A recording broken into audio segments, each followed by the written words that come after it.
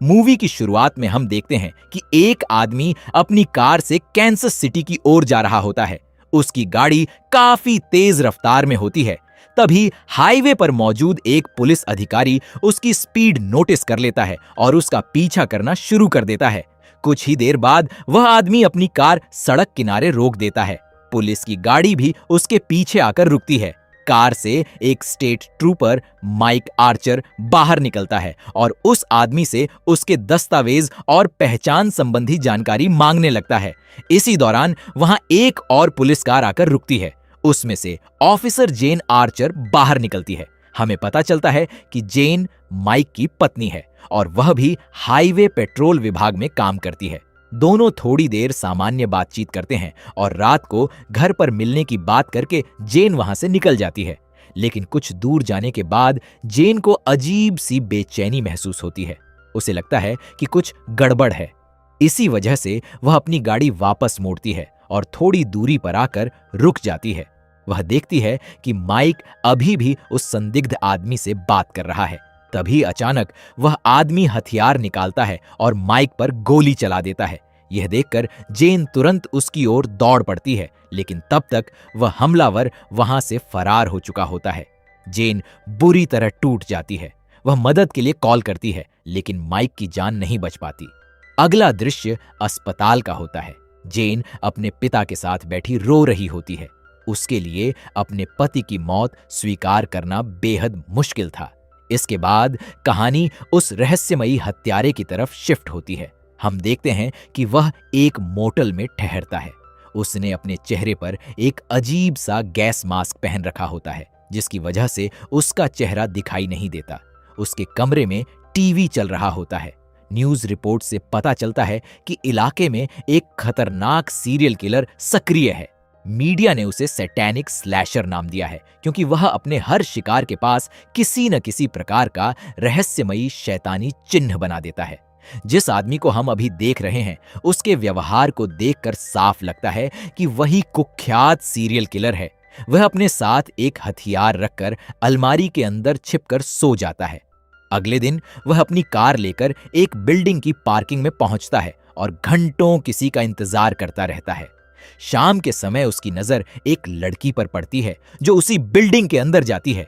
देर रात जब वह लड़की वापस बाहर निकलती है, तो यह रहस्यमयी आदमी उसका पीछा करता है और उसे अपना अगला शिकार बना लेता है।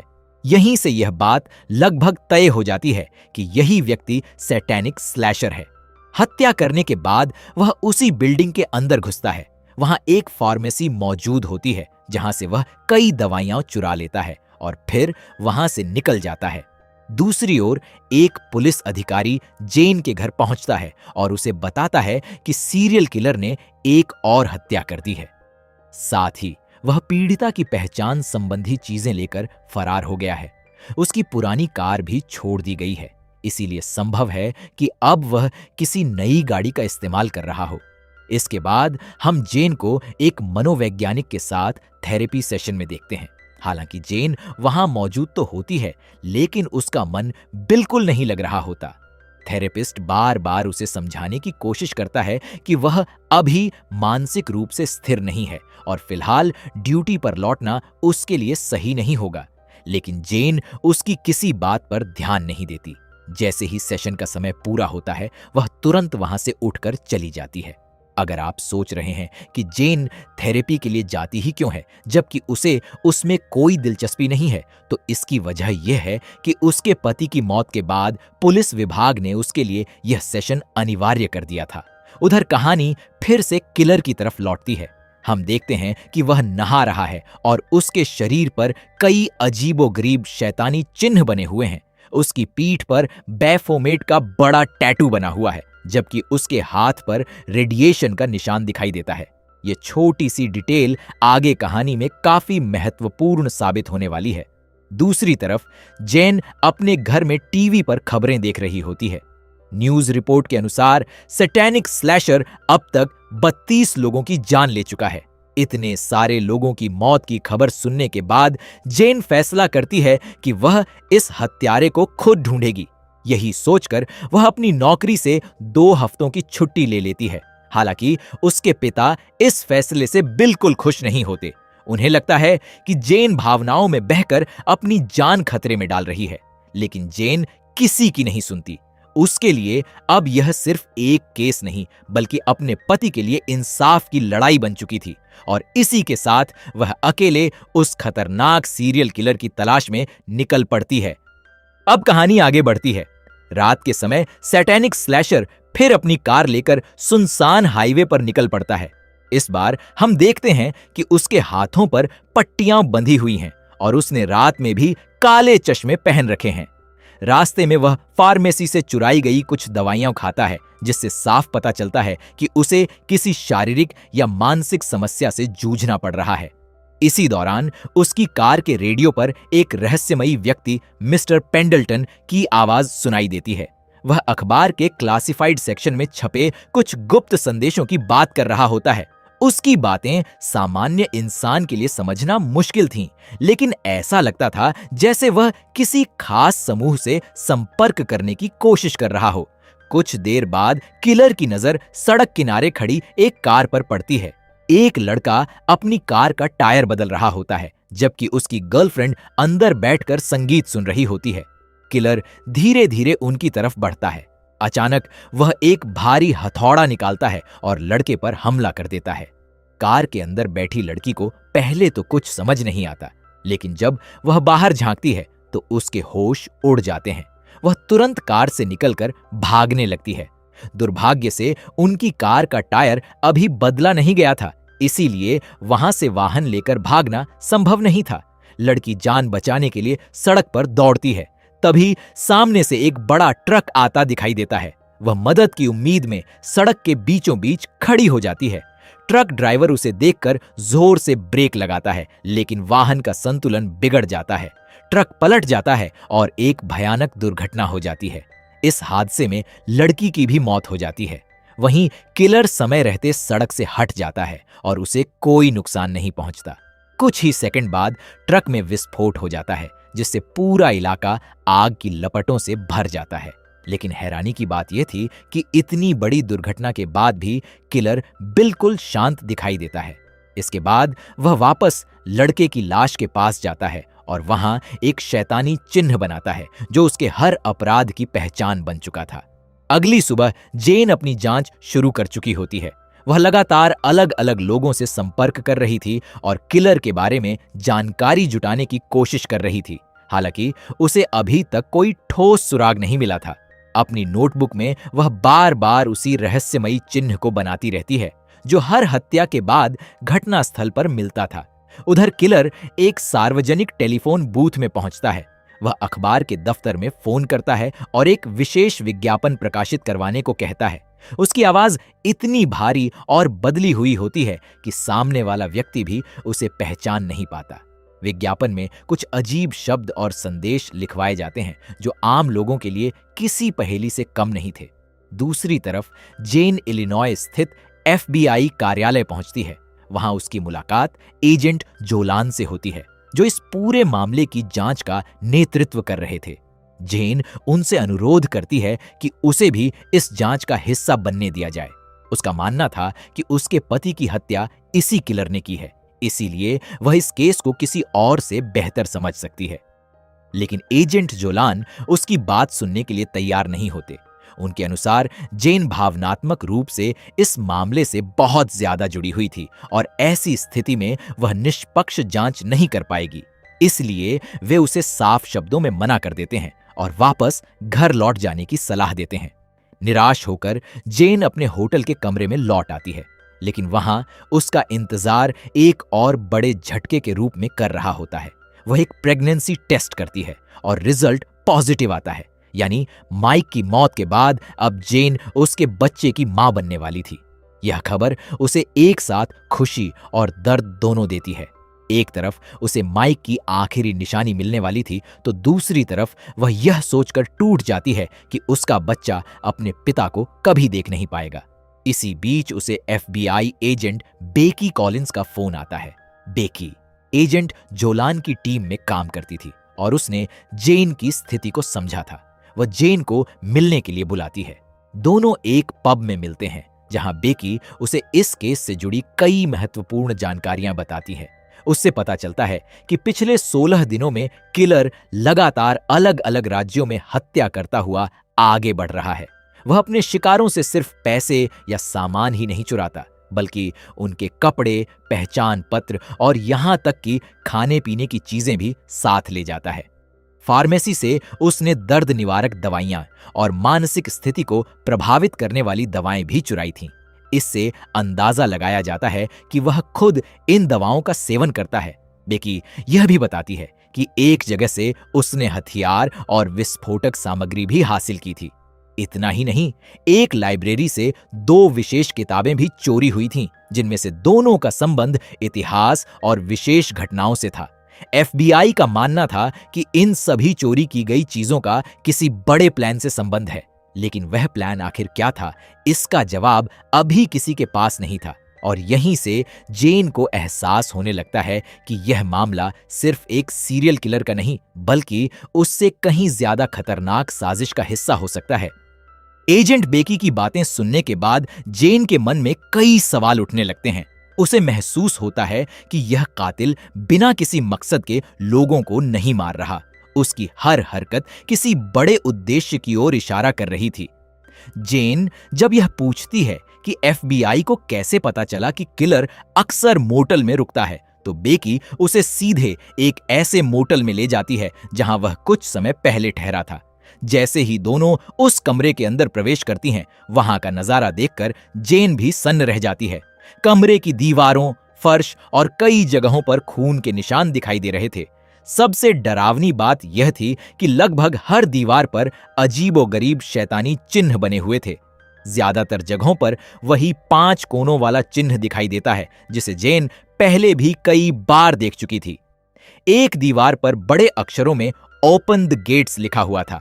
बेकी बताती है कि कुछ दिन पहले इस मोटल की एक कर्मचारी सफाई करने के लिए कमरे में आ गई थी। उस समय कमरे के बाहर डू नॉट डिस्टर्ब का बोर्ड लगा हुआ था, लेकिन उसने ध्यान नहीं दिया। यहीं उसकी मुलाकात किलर से हुई और वही उसकी आखिरी गलती साबित हुई। कातिल ने उसकी हत्या कर दी और फिर उसके खून से पूरे कमरे में ये निशान बना दिए। यह सब देखकर जेन को अचानक एक पुराना केस याद आता है। करीब 20 साल पहले रिचर्ड जोशुआ रीव्स नाम के एक खतरनाक शैतान पूजक ने चर्च में 13 लोगों की हत्या कर दी थी। उस घटना ने पूरे देश को हिला दिया था। जेन को लगता है कि शायद मौजूदा किलर उसी रीव्स से प्रेरित है या फिर उसकी नकल कर रहा है, लेकिन एजेंट बेकी इस बात से सहमत नहीं होती। उसका कहना था कि रीव्स ने एक ही घटना में कई लोगों की हत्या की थी, जबकि यह हत्यारा लगातार अलग अलग जगहों पर शिकार कर रहा है। दोनों के तरीके अलग हैं, फिर भी जेन के मन से यह शक नहीं निकलता। मोटल से बाहर निकलने के बाद वह रास्ते भर उन्हीं चिन्हों और पुराने केस के बारे में सोचती रहती है। उधर दूसरी तरफ किलर अपने कमरे में बैठा टीवी देख रहा होता है। न्यूज चैनल पर एक पुरानी घटना की चर्चा हो रही थी, जिसमें कुछ लोगों ने खुद को शैतान का अनुयायी बताकर कई निर्दोष लोगों की जान ले ली थी। रिपोर्ट में रिचर्ड जोशुआ रीव्स का नाम भी लिया जाता है। यह नाम सुनते ही किलर के चेहरे के भाव बदल जाते हैं। पहली बार ऐसा लगता है कि इस नाम का उससे कोई गहरा संबंध है। कुछ देर बाद वह एक चर्च में पहुंचता है। वहां वह कन्फेशन बॉक्स में जाकर बैठ जाता है। चर्च का पादरी यह सोचकर उसके पास आता है कि शायद कोई व्यक्ति अपने पाप स्वीकार करना चाहता है। शुरुआत में किलर शांत स्वर में बात करता है। वह कहता है कि बचपन में उसकी देखभाल भी एक पादरी ने की थी। पादरी उसकी बातें ध्यान से सुनता रहता है, लेकिन अगले ही पल स्थिति पूरी तरह बदल जाती है। किलर अचानक हमला कर देता है और चर्च के अंदर एक और खौफनाक हत्या हो जाती है। इस घटना से साफ हो जाता है कि अब उसका मानसिक संतुलन पूरी तरह बिगड़ चुका है और वह पहले से भी ज्यादा खतरनाक हो गया है। इसी दौरान जेन एक कैफे में बैठकर इंटरनेट पर रिसर्च कर रही होती है। वह बार बार ओपन गेट्स और रिचर्ड रीव्स से जुड़ी जानकारी खोजती है। तभी उसे एक पुरानी रिपोर्ट मिलती है, जिसमें रीव्स की गिरफ्तारी और उसके अपराधों का जिक्र था। रिपोर्ट में दिखाई गई तस्वीर पर जेन की नजर टिक जाती है। वह एक महत्वपूर्ण चीज नोटिस करती है। रीव्स के हाथ पर एक विशेष टैटू बना हुआ था। ठीक वैसा ही टैटू उसने किलर के शरीर पर देखा था। यह देखकर जेन के दिमाग में खतरे की घंटी बज जाती है। क्या यह सिर्फ एक संयोग था, या फिर वास्तव में वही व्यक्ति वापस लौट आया था जिसे सालों पहले मृत घोषित कर दिया गया था? जेन अब इस रहस्य की तह तक जाने का फैसला कर लेती है। वह आसपास के सभी मोटल मालिकों को चेतावनी देती है कि अगर किसी आदमी के शरीर पर ऐसा टैटू दिखाई दे तो तुरंत पुलिस को सूचना दी जाए। और किस्मत से बहुत जल्दी उसे एक कॉल भी मिल जाता है। एक मोटल मालिक बताता है कि पिछली रात उसके यहाँ एक आदमी रुका था जिसने रजिस्टर में अपना नाम RJ रीव्स लिखा था। यह सुनते ही जेन के पैरों तले जमीन खिसक जाती है। उसे यकीन हो जाता है कि वह अपने लक्ष्य के बेहद करीब पहुंच चुकी है। बिना समय गंवाए वह मोटल की ओर निकल पड़ती है। मोटल पहुंचकर वह मालिक से अतिरिक्त चाबी लेती है और उसे पुलिस बुलाने के लिए कहती है।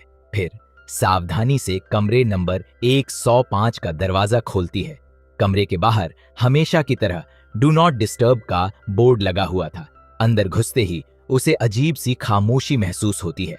कमरा खाली दिखाई देता है। जेन अपनी पिस्तौल निकालती है और धीरे धीरे हर कोने की तलाशी लेने लगती है। टेबल पर उसे वही अखबार दिखाई देता है जिसमें रहस्यमयी विज्ञापन छपा था। बाथरूम में एक हथियार भी पड़ा मिलता है, लेकिन किलर कहीं नजर नहीं आता। जेन को लगता है कि शायद वह देर कर चुकी है, मगर उसे नहीं पता था कि असली खतरा अभी भी उसी कमरे में मौजूद है। और अगले ही पल कमरे की अलमारी का दरवाजा धीरे धीरे खुलने लगता है। जैसे ही अलमारी का दरवाजा खुलता है, जेन को पीछे से किसी की मौजूदगी का एहसास होता है। वह तुरंत पलटती है, लेकिन तब तक किलर उस पर हमला कर चुका होता है। दोनों के बीच जबरदस्त हाथापाई शुरू हो जाती है। किलर बेहद ताकतवर था। वह जेन को पकड़कर कमरे की खिड़की तक ले जाता है और पूरी ताकत से उसे बाहर फेंक देता है। जेन कांच तोड़ते हुए नीचे गिरती है और बुरी तरह घायल हो जाती है, लेकिन किलर भी वहां नहीं रुकता।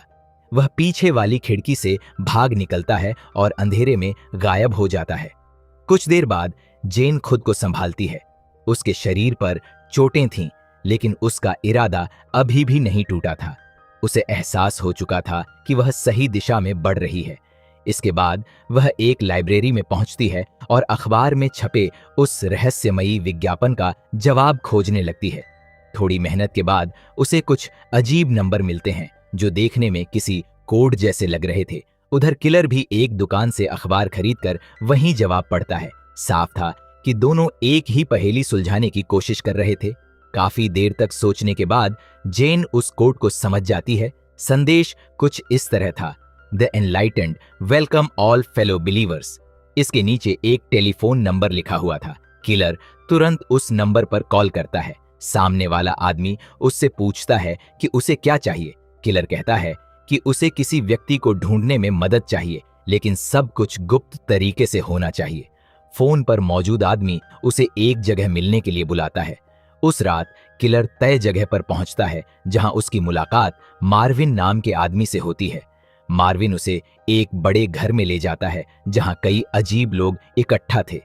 डाइनिंग टेबल के सिरहाने बैठा था मिस्टर पेंडल्टन। उसके पीछे दीवार पर एक बड़े बकरे के सिर वाली तस्वीर टंगी थी जो बैफोमेट की प्रतीकात्मक छवि लग रही थी। पेंडल्टन मुस्कुराकर किलर का स्वागत करता है और उसे अपने साथ बैठने के लिए कहता है। वह उससे नाम पूछता है। किलर सिर्फ एक शब्द बोलता है, रिचर्ड। यह नाम सुनकर वहां मौजूद लोगों के चेहरे पर अजीब उत्साह दिखाई देता है। पेंडल्टन उससे पूछता है कि क्या वह भी फॉलन वन यानी शैतान के रास्ते पर चलता है। किलर शांत आवाज में कहता है कि वह पूरी तरह समर्पित है। तभी वहां मौजूद सभी लोग एक साथ हेल सैटन बोलने लगते हैं। कुछ देर बाद माहौल और भी अजीब हो जाता है। लोग नशा करने लगते हैं, शैतान की पूजा जैसी बातें करने लगते हैं और खुद को किसी बड़े मिशन का हिस्सा बताने लगते हैं। लेकिन किलर बाकी लोगों की तरह उत्साहित नहीं दिखता। वह सबको ध्यान से देख रहा था, जैसे किसी चीज को परख रहा हो। डिनर खत्म होने के बाद मार्विन उसे उसके कमरे तक छोड़ने जाता है और पूछता है कि उसे किस आदमी को ढूंढना है। किलर बताता है कि उसे सिर्फ उस व्यक्ति का शहर और नौकरी पता है, नाम नहीं। मार्विन कहता है कि पेंडल्टन के लोग उसकी मदद कर देंगे। इसी बीच किलर के कमरे में टीवी चल रहा होता है। स्क्रीन पर जेन की खबर दिखाई जा रही थी, क्योंकि वह उस पुलिस अधिकारी की पत्नी थी जिसकी हत्या हो चुकी थी। किलर पहली बार जेन का चेहरा साफ साफ देखता है और समझ जाता है कि वही औरत उसका पीछा कर रही है। दूसरी तरफ जेन ने भी अखबार वाले कोड की जानकारी FBI को दे दी थी, लेकिन एजेंट जोलान अभी भी उसकी बातों को गंभीरता से नहीं ले रहे थे। उनके लिए यह केस सिर्फ एक प्रोफेशनल जांच था, जबकि जेन के लिए यह निजी लड़ाई बन चुकी थी। उस रात अचानक जेन के होटल के कमरे में फोन बजता है। फोन के दूसरी तरफ वही भारी आवाज थी, सैटेनिक स्लैशर। वह शांत स्वर में कहता है कि वह जेन से प्रभावित है, क्योंकि उसने उसके काम को समझने की कोशिश की है। फिर वह एक डरावनी बात कहता है, 28 तारीख को गेट्स खुलेंगे। यह सुनकर जेन के रोंगटे खड़े हो जाते हैं। उधर उसी समय पेंडल्टन और उसके अनुयायी किसी शैतानी रिचुअल में व्यस्त थे, लेकिन किलर उस माहौल से असहज होकर वहां से बाहर निकल जाता है। कुछ देर बाद मार्विन उसे वह जानकारी दे देता है जिसकी उसे तलाश थी, एक आदमी का नाम और उसका पता। जैसे ही उसका काम पूरा होता है, किलर वहां से जाने लगता है, लेकिन मार्विन उसे रोकने की कोशिश करता है। तभी किलर धीरे धीरे अपना मास्क पहनता है और मार्विन उसे पहचान लेता है। किलर उससे कहता है कि वह इस घर में मौजूद बाकी सभी लोगों को मारने वाला है, लेकिन मार्विन को छोड़ देगा, क्योंकि उसके हिसाब से वही अकेला इंसान था जो सच में उस अंधेरे रास्ते पर विश्वास करता था। यह सुनकर मार्विन डर जाता है, लेकिन कुछ कर नहीं पाता। अगले ही पल घर के अंदर चीखें गूंजने लगती हैं। सैटेनिक स्लैशर एक एक करके वहां मौजूद लोगों को मारना शुरू कर देता है। फिर वह पूरे घर में मिट्टी का तेल छिड़क देता है, लेकिन उसे अंदाजा नहीं था कि इस बार कोई उसे दूर से देख रहा है। घर के बाहर अंधेरे में जेन अपनी राइफल ताने खड़ी थी। जैसे ही किलर खिड़की के पास आता है, जेन गोली चला देती है। गोली उसे छूकर निकलती है, लेकिन वह बच जाता है। अब दोनों को पता चल चुका था कि उनकी आखिरी टक्कर बहुत जल्द होने वाली है। गोली लगने के बावजूद किलर तुरंत संभल जाता है। उसे समझ आ जाता है कि जेन उसका पीछा करते करते यहां तक पहुंच चुकी है। जेन भी जानती थी कि वह निशाना चूक गई है। अगर वह कुछ सेकंड और इंतजार करती तो शायद किलर वहीं खत्म हो जाता, लेकिन अब वह फिर से उसके हाथ से निकल चुका था। कुछ ही पल बाद किलर अपनी कार तक पहुंचता है और इंजन स्टार्ट कर देता है। जेन भी तुरंत अपनी गाड़ी में बैठती है और उसका पीछा करने लगती है। हाईवे पर दोनों के बीच खतरनाक पीछा शुरू हो जाता है। अचानक किलर अपनी कार मोड़कर जेन की गाड़ी में जोरदार टक्कर मारता है। फिर वह खिड़की से बाहर निकलकर कई गोलियां चलाता है। जेन किसी तरह अपनी जान बचाती है, लेकिन उसकी कार बुरी तरह क्षतिग्रस्त हो जाती है। इस अफरा तफरी के बीच किलर एक बार फिर अंधेरे का फायदा उठाकर भाग निकलता है। उधर पेंडल्टन का घर पूरी तरह आग की लपटों में घिर चुका था। पुलिस और फायर ब्रिगेड मौके पर पहुंच चुके थे, लेकिन तब तक बहुत देर हो चुकी थी। जेन को सबसे ज्यादा गुस्सा इस बात पर आता है कि FBI ने उसकी चेतावनियों को गंभीरता से नहीं लिया। अगर उसकी बात पहले सुन ली जाती तो शायद इतने लोगों की जान बच सकती थी। अगले दिन जेन फिर से FBI टीम से मिलती है। इस बार वह अपनी पूरी थ्योरी उनके सामने रखती है।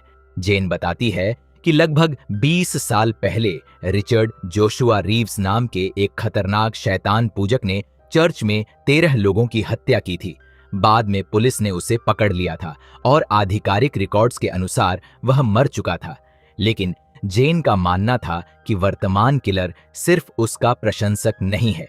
या तो वही रीव्स वापस आ गया है, या फिर कोई ऐसा व्यक्ति है जो खुद को रीव्स समझता है। वह आगे बताती है कि एक मशहूर मेटल बैंड ने सालों पहले रीव्स से प्रेरित होकर एक एल्बम बनाया था जिसका नाम था ओपन द गेट्स। यही शब्द बार बार किलर के अपराध स्थलों पर दिखाई देते हैं। उसके अनुसार किलर किसी बड़े अंतिम अनुष्ठान की तैयारी कर रहा था। हालांकि FBI के कुछ अधिकारी उसकी बातों को संयोग मानते हैं, लेकिन कई बातें इतनी सटीक थीं कि उन्हें भी शक होने लगता है। दूसरी तरफ किलर अपनी कार में सफर कर रहा होता है। रेडियो पर एक पुराने न्यूक्लियर हादसे की बरसी का जिक्र किया जा रहा था। सामान्य इंसान शायद इस खबर पर ध्यान न देता, लेकिन किलर इसे बहुत गौर से सुन रहा था। यहीं से पहली बार यह संकेत मिलने लगता है कि उसका अगला निशाना किसी व्यक्ति की जगह कोई बहुत बड़ी चीज हो सकती है। कुछ समय बाद वह लियोनार्ड विल्स नाम के व्यक्ति के घर पहुंचता है। लियोनार्ड एक न्यूक्लियर फैसिलिटी में काम करता था। किलर उसके गैराज में छिपकर बैठ जाता है और वहां चोरी किए गए विस्फोटकों को तैयार करने लगता है। शाम को जब लियोनार्ड अपनी पत्नी के साथ घर लौटता है तो दोनों हैरान रह जाते हैं। उनके सामने वही रहस्यमयी किलर खड़ा था। किलर लियोनार्ड की पत्नी को बंधक बना लेता है और उसे धमकी देता है कि अगर उसने उसकी बात नहीं मानी तो उसकी पत्नी की जान चली जाएगी। मजबूर होकर लियोनार्ड उसकी मदद करने के लिए तैयार हो जाता है। इसी दौरान जेन एक पुराने चर्च के आसपास निगरानी कर रही होती है। उसे पूरा विश्वास था कि किलर वहीं आएगा, लेकिन तभी दूर से उसे एक न्यूक्लियर प्लांट की दिशा में उठता हुआ धुआं दिखाई देता है। अचानक उसके दिमाग में सारी बातें जुड़ने लगती हैं। फार्मेसी से चुराई गई दवाइयां, लाइब्रेरी से चोरी हुई किताबें, रेडिएशन वाला टैटू, पुराने न्यूक्लियर हादसे की जानकारी और चोरी किए गए विस्फोटक। अब सब कुछ साफ हो चुका था। किलर चर्च नहीं बल्कि न्यूक्लियर प्लांट को निशाना बनाने जा रहा था। जेन तुरंत पुलिस और FBI को सूचना देती है, लेकिन तब तक किलर लियोनार्ड को साथ लेकर प्लांट के अंदर पहुंच चुका होता है। क्योंकि लियोनार्ड वहां काम करता था, इसीलिए उसकी मदद से सुरक्षा व्यवस्था को पार करना आसान था। जब तक सिक्योरिटी को खतरे का एहसास होता, तब तक बहुत देर हो चुकी थी। किलर ने अंदर प्रवेश कर लिया था। कुछ ही मिनटों में प्लांट के अंदर अफरा तफरी मच जाती है। अलार्म बजने लगते हैं। कई कर्मचारियों पर हमला हो चुका था और अब सैटेनिक स्लैशर अपने अंतिम मिशन के सबसे महत्वपूर्ण चरण में प्रवेश कर चुका था। उसे विश्वास था कि अगर उसका यह प्लान सफल हो गया तो वह काम कर देगा जिसकी तैयारी वह इतने वर्षों से कर रहा था। दूसरी तरफ जेन भी तेजी से उसी प्लांट की ओर बढ़ रही थी। उसे पता था कि अब यह सिर्फ एक सीरियल किलर का मामला नहीं रहा। अगर वह समय पर नहीं पहुंची तो हजारों लोगों की जान खतरे में पड़ सकती थी और यहीं से शुरू होने वाला था कहानी का सबसे खतरनाक और विस्फोटक क्लाइमैक्स। जेन पूरी रफ्तार से न्यूक्लियर प्लांट की ओर बढ़ रही थी। दूसरी तरफ किलर लियोनार्ड को अपने कब्जे में लेकर कंट्रोल रूम तक पहुंच चुका था। प्लांट के कर्मचारियों को अब समझ आने लगा था कि मामला बेहद गंभीर है। अलार्म लगातार बज रहे थे और सिक्योरिटी टीम पूरे परिसर को खाली करवाने की कोशिश कर रही थी। किलर ने लियोनार्ड को मजबूर किया कि वह प्लांट की महत्वपूर्ण प्रणालियां सक्रिय करे। लियोनार्ड जानता था कि अगर ऐसा हुआ तो एक भयानक दुर्घटना हो सकती है, लेकिन अपनी पत्नी की जान बचाने के लिए उसके पास कोई दूसरा रास्ता नहीं था। कुछ ही देर में कंट्रोल रूम के अंदर की स्थिति पूरी तरह बदल जाती है। कई सुरक्षा प्रक्रियाएं निष्क्रिय हो चुकी थीं और रिएक्टर असामान्य तरीके से सक्रिय होने लगा था। उधर जेन भी प्लांट पहुंच जाती है। वह सिक्योरिटी अधिकारियों को पूरी स्थिति समझाती है। शुरुआत में कोई उसकी बात पर भरोसा नहीं करता, लेकिन तभी अंदर से लगातार खतरे के संकेत मिलने लगते हैं। अब सबको यकीन हो जाता है कि जेन सही थी। सुरक्षा बल और पुलिस तुरंत अंदर घुसते हैं, लेकिन किलर पहले ही कंट्रोल रूम को अपने कब्जे में ले चुका था। वहीं लियोनार्ड अपना काम पूरा करने के बाद भी बच नहीं पाता। किलर उसे वहीं मार देता है। उसके लिए लियोनार्ड सिर्फ एक मोहरा था जिसकी अब कोई जरूरत नहीं बची थी। अब किलर अपने अंतिम चरण की तैयारी शुरू करता है। वह अपनी शर्ट उतार देता है। उसके शरीर पर बने टैटू और शैतानी प्रतीक साफ दिखाई देने लगते हैं। इसके बाद वह अपने शरीर पर बंधी विस्फोटक बेल्ट को चेक करता है। उसके पास एक हैंड ग्रेनेड भी था। फिर वह अपने हाथ पर गहरा कट लगाता है और बहते हुए खून से अपने चारों ओर वही रहस्यमयी चिन्ह बनाने लगता है जो पूरी फिल्म में बार बार दिखाई दिए थे। उसके लिए यह सिर्फ हत्या नहीं थी, यह एक धार्मिक अनुष्ठान जैसा था। उसे विश्वास था कि न्यूक्लियर तबाही के जरिए वह ओपन द गेट्स यानी नरक के द्वार खोल देगा। दूसरी तरफ कंट्रोल रूम के बाहर मौजूद वैज्ञानिक और अधिकारी घबराए हुए थे। अगर रिएक्टर को समय रहते नहीं रोका गया तो पूरा इलाका रेडिएशन की चपेट में आ सकता था। सामान्य रास्ते से कंट्रोल रूम तक पहुंचना असंभव था। तभी एक सुरक्षा अधिकारी जेन को बेसमेंट के रास्ते के बारे में बताता है। वह रास्ता सीधे कंट्रोल रूम की एक दीवार तक जाता था। जेन तुरंत उस दिशा में बढ़ती है। कुछ देर बाद वह एक मोटी बुलेट प्रूफ कांच की दीवार के दूसरी तरफ किलर को देख लेती है। वह जोर जोर से उसे रोकने की कोशिश करती है, लेकिन आवाज अंदर तक नहीं पहुंचती। कांच पूरी तरह साउंड प्रूफ भी था। किलर अब अपने मिशन के अंतिम क्षणों में था। वह ग्रेनेड का पिन निकालता है और शैतान को पुकारते हुए अपने अनुष्ठान को पूरा करने की कोशिश करता है। तभी जेन को पास में पड़ी एक राइफल दिखाई देती है। वह लगातार एक ही जगह पर गोली चलाना शुरू कर देती है। शुरुआत में कोई असर नहीं होता, लेकिन कई गोलियों के बाद कांच में दरार पड़ने लगती है। आखिरकार एक छोटा सा छेद बन जाता है। यही वह मौका था जिसका जेन इंतजार कर रही थी। वह तुरंत अपनी पिस्तौल उस छेद में डालती है और फायर कर देती है। पहली गोली किलर को लगती है, दूसरी गोली उसके हाथ पर लगती है, जिससे ग्रेनेड उसके हाथ से छूटकर नीचे गिर जाता है। किलर लड़खड़ा जाता है, लेकिन जेन रुकती नहीं। वह एक और गोली चलाती है जो सीधे उसके सिर में लगती है। किलर जमीन पर गिर पड़ता है। उसी समय बाहर मौजूद टीम कंट्रोल रूम का दरवाजा तोड़कर अंदर पहुंच जाती है। रिएक्टर को तुरंत नियंत्रित किया जाता है और एक बड़े न्यूक्लियर हादसे को टाल दिया जाता है। इस तरह हजारों लोगों की जान बच जाती है। कुछ समय बाद न्यूज चैनलों पर लगातार इस घटना की चर्चा होने लगती है। मीडिया में बहस छिड़ जाती है कि क्या वास्तव में यह आदमी रिचर्ड जोशुआ रीव्स था या कोई और। सरकारी रिकॉर्ड्स के अनुसार रीव्स तो वर्षों पहले मर चुका था, लेकिन कई लोग इस बात पर विश्वास नहीं करते। FBI आधिकारिक रूप से घोषणा करती है कि सैटेनिक स्लैशर मारा जा चुका है। रिपोर्ट्स के अनुसार उसने कुल 48 लोगों की जान ली थी। हालांकि इंटरनेट पर कई तरह की साजिश वाली थ्योरीज भी फैलने लगती हैं। कुछ लोग दावा करते हैं कि सरकार ने सच छिपाया है। कुछ का मानना है कि रीव्स पर वर्षों से गुप्त प्रयोग किए जा रहे थे, लेकिन इन सभी बातों का कोई ठोस सबूत नहीं मिलता। कुछ महीनों बाद हम जेन को देखते हैं। वह अपने आने वाले बच्चे की तैयारी कर रही होती है। हालांकि वह आगे बढ़ने की कोशिश कर रही थी, लेकिन उसके मन में अब भी उस पूरी घटना का गहरा असर मौजूद था। एक रात उसे सपना आता है कि किलर उसके घर में वापस आ गया है। घबराकर वह उठती है और पूरे घर की तलाशी लेती है, लेकिन वहां कोई नहीं होता। यह साफ था कि वह अभी भी उस मानसिक आघात से पूरी तरह बाहर नहीं निकल पाई थी। फिल्म यहीं खत्म होती हुई लगती है, लेकिन तभी हमें एक गुप्त जेल दिखाई जाती है। वहां कई खतरनाक अपराधियों को रखा गया था। अचानक कुछ कैदी एक नाम पुकारने लगते हैं, रीव्स। कैमरा धीरे धीरे आगे बढ़ता है और फिर हम देखते हैं कि वही किलर अभी भी जिंदा है। उसे एक अत्यधिक सुरक्षा वाली जेल में रखा गया है, यानी FBI ने दुनिया से झूठ बोला था। सैटेनिक स्लैशर मरा नहीं था, उसे गुप्त रूप से कैद करके रखा गया था। और इसी बड़े ट्विस्ट के साथ फिल्म खत्म हो जाती है।